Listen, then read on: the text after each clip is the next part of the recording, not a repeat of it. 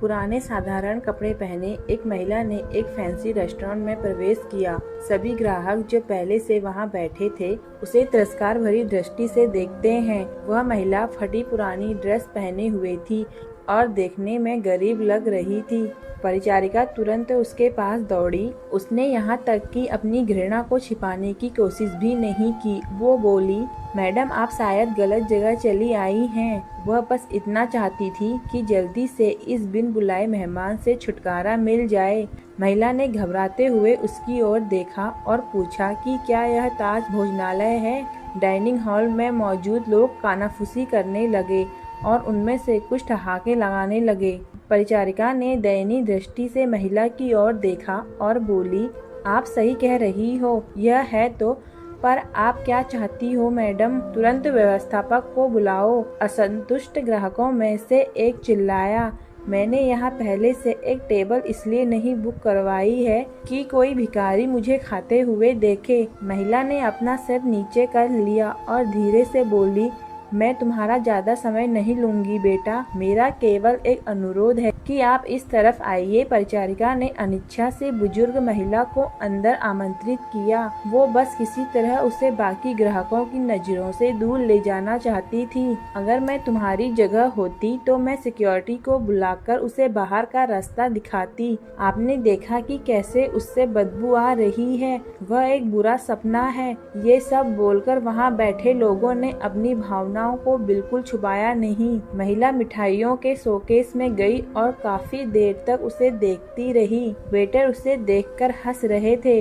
वे कह रहे थे, अगर वह यहाँ मुफ्त में खाने की उम्मीद करती है तो उसे कुछ नहीं मिलने वाला है। ऐसा लगता था कि महिला ने उनकी बातों पर ध्यान नहीं दिया। महिला बोली, मुझे बताओ बेटा, क्या लेमन केक को केवल आधा खरीदना संभव है? इसकी लागत क्या है?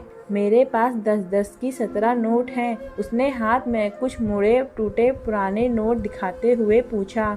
वेटर ने बड़ी मुश्किल से हंसी रोकी। मैडम, मुझे नहीं लगता कि आपके पास इस केक के एक टुकड़े के लिए भी पर्याप्त पैसा है। यह केवल केक नहीं है बल्कि हमारे महाराज द्वारा किया गया कला का काम है। इसके अलावा हम इसे आधे में नहीं बेचते हैं। गरीब महिला शर्मसार हो गई। उसे ऐसा लगा कि उसके अंदर कुछ टूट गया हो। धीरे धीरे वह निराश कदमों से चलते हुए बाहर निकलने लगी। अचानक उसे रेस्टोरेंट के कोने में अपनी पत्नी के बगल में बैठे सैन्य वर्दी पहने एक व्यक्ति ने बुलाया। मैडम, कृपया यहाँ आओ, आप बहुत निराश लग रही हैं, कुछ हुआ है? उसने चेहरे पर मुस्कान के साथ पूछा। मेरी बेटी, वह बहुत बीमार थी। जब वह बच्ची थी तो हम उसे इस रेस्टोरेंट के पास से गुजरते थे और वह काफी देर तक दुकान की खिड़कियों को देखती रहती थी। हमने एक दिन यहाँ लेमन केक खाने का सपना देखा, लेकिन फिर वह बीमार हो गई।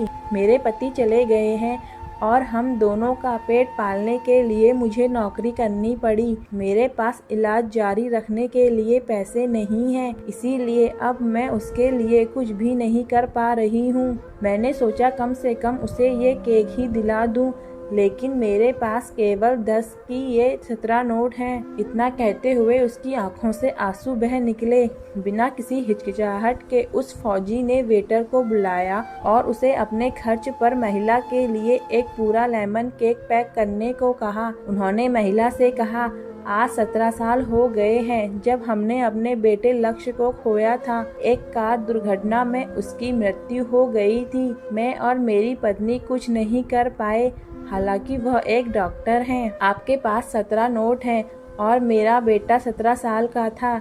ये ऊपर वाले का इशारा नहीं है तो और क्या है? फौजी की पत्नी ने गरीब महिला को अपना बिजनेस कार्ड दिया और बेटी के इलाज में मदद करने का वादा किया। जब वेटर महिला के लिए लेमन केक लेकर आया तो महिला के चेहरे पर एक कृतज्ञ मुस्कान आ गई। उसने फौजी और उसकी पत्नी को धन्यवाद दिया और वहां से चली गई। इस घटना के बाद रेस्टोरेंट में सब खामोश थे। सभी को उस फौजी ने एहसास दिला दिया था कि पैसों से भले ही वो महिला गरीब थी, लेकिन वहां बैठे सभी लोग विचारों से और दिल के गरीब थे, सिवाय उस फौजी दंपति के। अब वहां किसी को भी हंसने का मन नहीं कर रहा था। दोस्तों, अगर आपको मेरी कहानी पसंद आए तो प्लीज लाइक एंड सब्सक्राइब करें।